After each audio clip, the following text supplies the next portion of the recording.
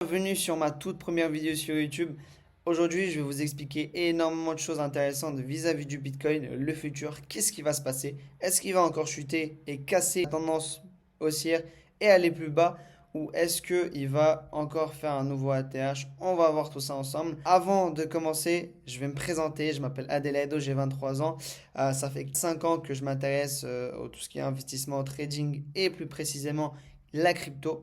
Donc, on va aller voir tout ça ensemble. Je vais vous expliquer, je vais commencer directement par quelques infos avant d'aller sur les graphiques et let's go. Donc, comme je vous ai dit, on va directement regarder quelques infos avant de passer aux graphiques. Et maintenant, ce qu'il faut comprendre, c'est que le marché est manipulé depuis pas mal de temps. Hier soir, on a eu une position longue qui a été ouverte sur le Bitcoin à 175 000 dollars, qui est un peu énorme. Et derrière, ce qu'il faut comprendre, c'est que le prix d'ouverture a été à 108 000. Donc si on va voir sur les graphiques un peu plus précisément, et ben à ce moment-là, la baleine a ouvert la position, que la personne qui a lancé cette position-là savait très bien ce qui allait se passer avec le Bitcoin. Après, est-ce que ça a été vraiment le fils de Donald Trump ou pas? Ça, j'en sais rien. Mais ce qu'il faut comprendre, c'est que derrière, dès que la baleine a ouvert la position, ben, on a eu une explosion de 6 000 dollars d'un coup. Et après, la manipulation, elle est présente, mais voilà. Après, on a ce genre de tweet aussi, comme d'habitude, on voit partout à Bitcoin 250 000, etc. Mais malheureusement, est-ce que en 2025, je crois pas, pas en 2025 en tout cas, mais ça va arriver un jour. Donc derrière aussi, on a SpaceX, Elon Musk, l'entreprise qui obtient énormément de Bitcoin aussi, qui a transféré énormément de Bitcoin sur des wallets inconnus qu'on ne les connaît pas. Donc est-ce que c'est pour les vendre ou est-ce que c'est pour j'en sais rien. Mais on peut voir quand même que l'entreprise qui obtient énormément de Bitcoin, qui a transféré plusieurs trucs sur des wallets connus. Après, encore, on a le CEO, le créateur de Binance, qui nous montre comme quoi le Bitcoin, avec le temps, il dit pas tout de suite, mais il dit qu'avec le temps, la capitalisation du Bitcoin va exploser vis-à-vis de l'or aujourd'hui, parce qu'en ce moment, l'or, il est à 29 trillions, donc il a battu le record par rapport à la capitalisation. Et en gros, elle lui dit que ça va être vraiment dans le futur, le Bitcoin va largement dépasser même Nvidia, Microsoft, Apple, Silver, etc. Même Amazon, il est à deux doigts de les dépasser en plus. Ce sera le cas peut-être dans quelques semaines, etc. Maintenant, on va directement passer au graphique. Donc, on va voir. Maintenant, la question qu'il faut se poser, c'est est-ce que le Bitcoin va augmenter ou est-ce que le Bitcoin va chuter? Maintenant, ce qu'il faut comprendre, c'est que pour l'instant, la tendance, elle est très haussière. Donc, oui, on regarde ici, le Bitcoin, il chute énormément, mais si on regarde en daily, plus précisément en daily, on peut voir que le Bitcoin, il est en tendance haussière depuis très longtemps. Donc, depuis 26 000, 25 000. Après, cette zone-là, elle est très importante. Cette zone-là, elle est très très importante. Même si on a quand même eu le Bitcoin qui a chuté de 26 000 à 102 000 en espace de 48 heures parce que Donald Trump, il avait annoncé comme quoi il allait taxer la Chine à 100%. Ça reste quand même, on reste quand même long terme, on reste quand même dans une tendance haussière. Donc, faut pas vraiment s'inquiéter par rapport à ça. Mais si jamais on a Donald Trump encore qui s'amuse avec la Chine, etc., parce qu'on ne sait pas ce qu'il a dans sa tête, ce mec, et ben en fait, on peut avoir un Bitcoin qui va faire ça, venir dans cette zone-là, faire semblant de repartir et après casser. Mais si vraiment le Bitcoin il casse cette zone-là, il peut très vite aller chercher les 80 000 dollars. Très vite, ça peut être en l'espace de 2 jours.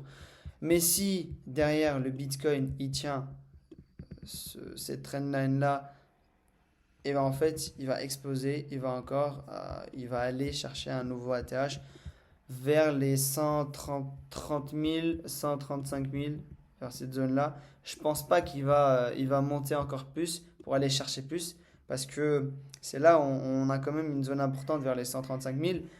Mais avant, avec le temps, qu'est-ce qui va se passer? Maintenant, ce qu'il faut comprendre, c'est que quand même tout se passe bien. Même au niveau de l'économie, tout se passe bien. Parce qu'en soi, il y a pas de mauvaise, il y a pas de mauvaise news ou quoi que ce soit. Maintenant, ce qu'il faut comprendre, c'est que tout le monde est négatif sur le Bitcoin. Donc, quand tout le monde est négatif sur le Bitcoin, c'est positif pour les personnes qui veulent acheter. La plupart du temps, avec la crypto et le Bitcoin, il faut respecter la phrase que tout le monde le dit d'ailleurs, mais très peu de personnes le respectent. Vend quand tout le monde achète et achète quand tout le monde vend. Là, dans ce cas-là, on a énormément de personnes qui vendent, on a énormément de personnes qui stressent, on a énormément de personnes commencent à, qui commencent à stresser, qu'est-ce qui va se passer, etc. Mais on est rentré dans une zone de panique totale. Donc, il y a énormément de personnes qui pensent que le Bitcoin va aller chercher les 80 000 dollars, que c'est la fin du cycle, que c'est fini la crypto, que c'est fini les alt season. Mais ce qu'il faut comprendre, plus le temps passe, plus je comprends aussi, et c'est après avec l'expérience, c'est ce qu'il faut comprendre avec la crypto, et c'est comme ça que ça se passe. Plus les gens ils sont négatifs, plus ça explose. Plus les gens ils sont positifs, plus ça chute. Et c'est toujours comme ça se passe toujours comme ça.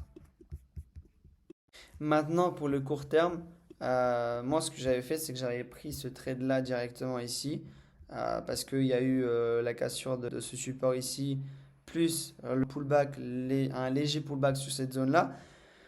J'avais TP1 et après le marché il n'a pas voulu continuer de chuter, mais dans tous les cas, si le marché il casse pas ça, vraiment casser casser cette zone-là, parce que bon, même si on est quand même dans une tendance haussière, il peut quand même chuter encore plus. Mais ce que je veux dire, c'est que si le prix il casse pas comme ça, avec un pullback sur la zone, au-dessus de la zone, et bah il partira pas. Et si il fait ça, il se balade, il vient chercher encore plus de liquidité sur cette zone-là, parce que toutes les personnes qui ont acheté ici, acheté ici, acheté ici, etc., et ben en fait, toutes ces personnes-là, on sait très bien que le stop loss, il est juste en dessous. Donc le marché, je ne dis pas qu'il est obligé, ça dépend des personnes qui vont acheter, ça dépend des personnes qui vont vendre, mais la plupart du temps, le marché, il est obligé de venir sur cette zone-là pour aller exploser. Parce que, euh, parce que c'est comme ça que ça fonctionne et c'est ce qu'on appelle la liquidité, etc. La liquidité, je vous expliquerai plus précisément dans une autre vidéo, mais c'est comme ça.